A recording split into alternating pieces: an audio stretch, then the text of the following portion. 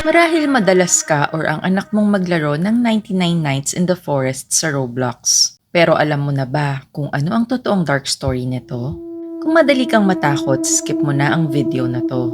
Alam ko sa paglalaro natin, very minimal lang ang storya. Basta kailangan mo lang makasurvive ng 99 days at panatilihin na buhay ang campfire.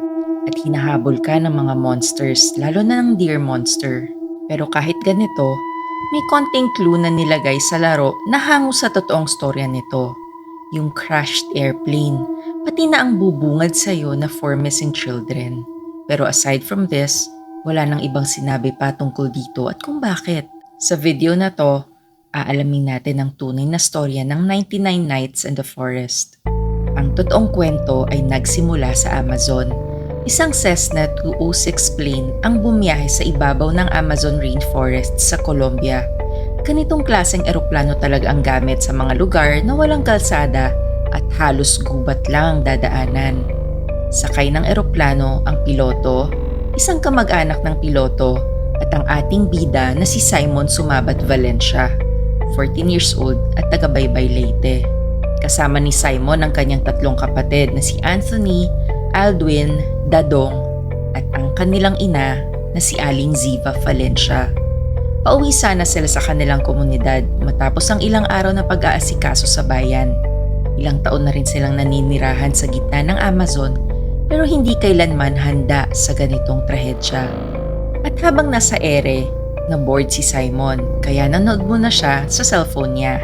At nanood ito ng paborito niyang anime series sa Loklok, ang Jujutsu Kaisen Season 3, The Calling Game.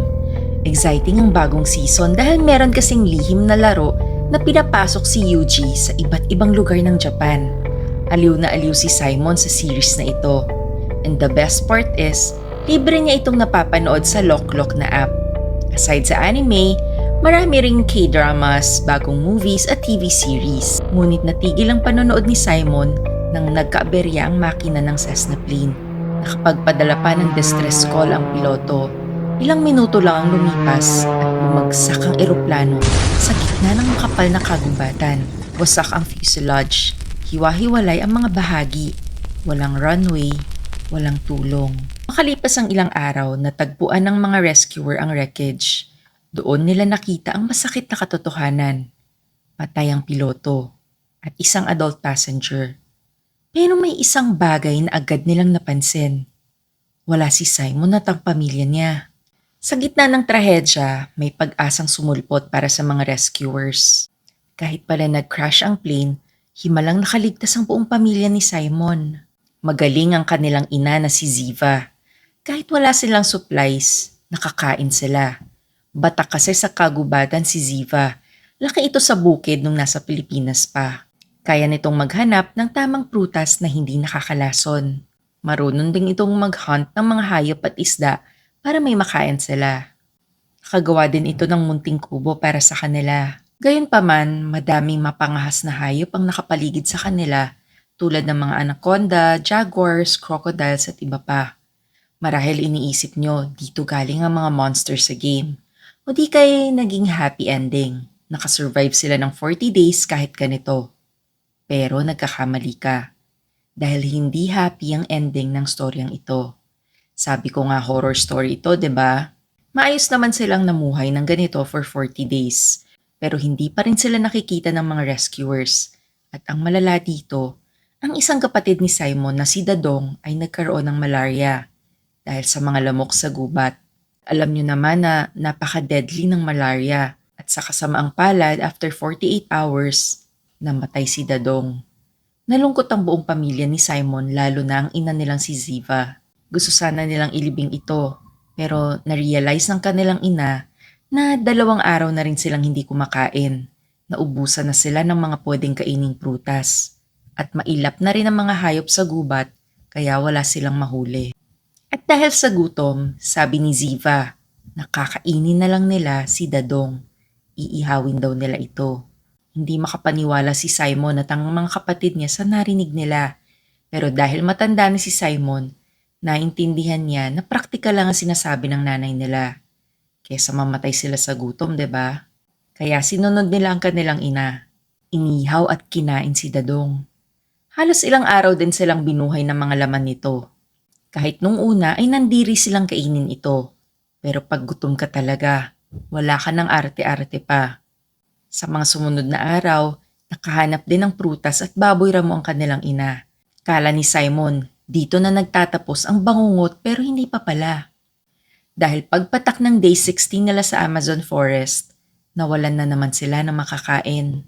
At iba na ang tingin ng kanilang ina sa kanila. Alam na ni Simon ang ibig sabihin nito. Ramdam niya na may balak itong masama sa kanila. Kinagabihan habang natutulog sila, biglang sumigaw si Simon. Takbo! Nakita niya kasing sinasaksak ng kanilang ina si Anthony at hiniwa ang kamay nito. Hinila ni Simon si Anthony at si Aldwin at tumakbo sila palayo ng kubo at dumiretso sa kagubatan. Gusto pa sanang balikan ni Anthony ang putol niyang kamay pero pinigilan siya ni Simon.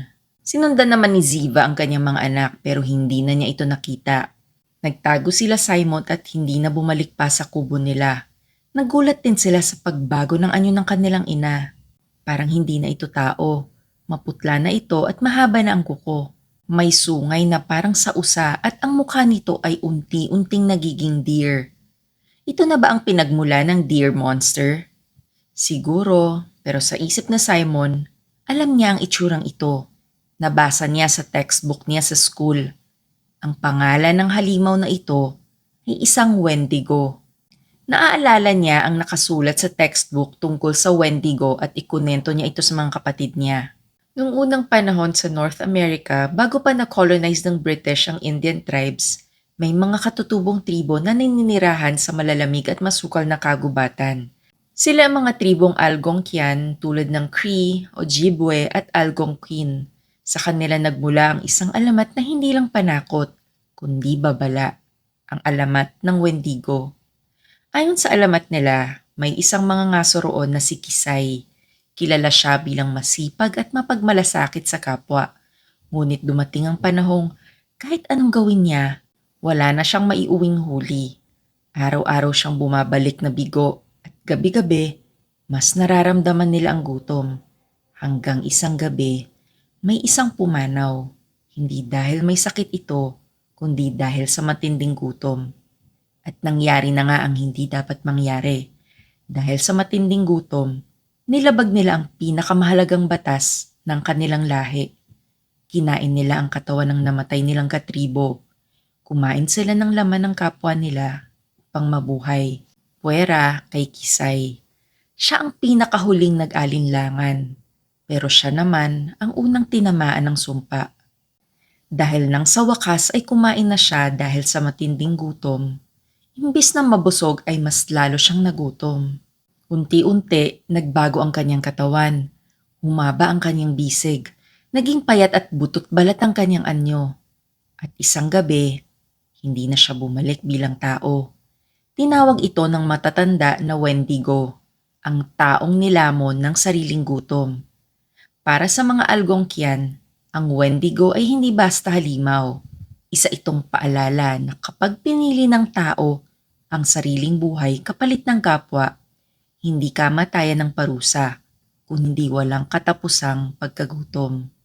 Yan ang sumpa ng isang Wendigo spirit at ang tunay na pinagmula ng deer monster sa Roblox game. At ang kanilang nanay siguro ay nilamon ng espiritu na ito dahil sa pagnanasang kainin si Anthony at sa pagkain kay Dadong. Ginamot naman ni Simon ang kamay ni Anthony gamit ang mga halaman sa gubat. Madami nang alam si Simon. Mga tinuro ng nanay nila sa pamumuhay sa gubat. Lumayo sila Simon at ang mga kapatid niya at lumipat sa kabilang ilog. Patuloy silang namuhay dahil sa kabayanihan ni Simon. Siya ang nag-hunt ng mga animals at kumukuha ng mga prutas para sa kanila. Pero paggabi, wala silang sinisindihang apoy. Bawal ang campfire. Baka makita sila ng nanay nila at kainin sila. Ngunit pagsapit ng day 72, sa gitna ng gabi, natuntun din sila ng Wendigo at tuluyang kinuha ni Ziva si Anthony at kinain. Sa awa naman ng Diyos, nakatakbo si Simon at Aldwin.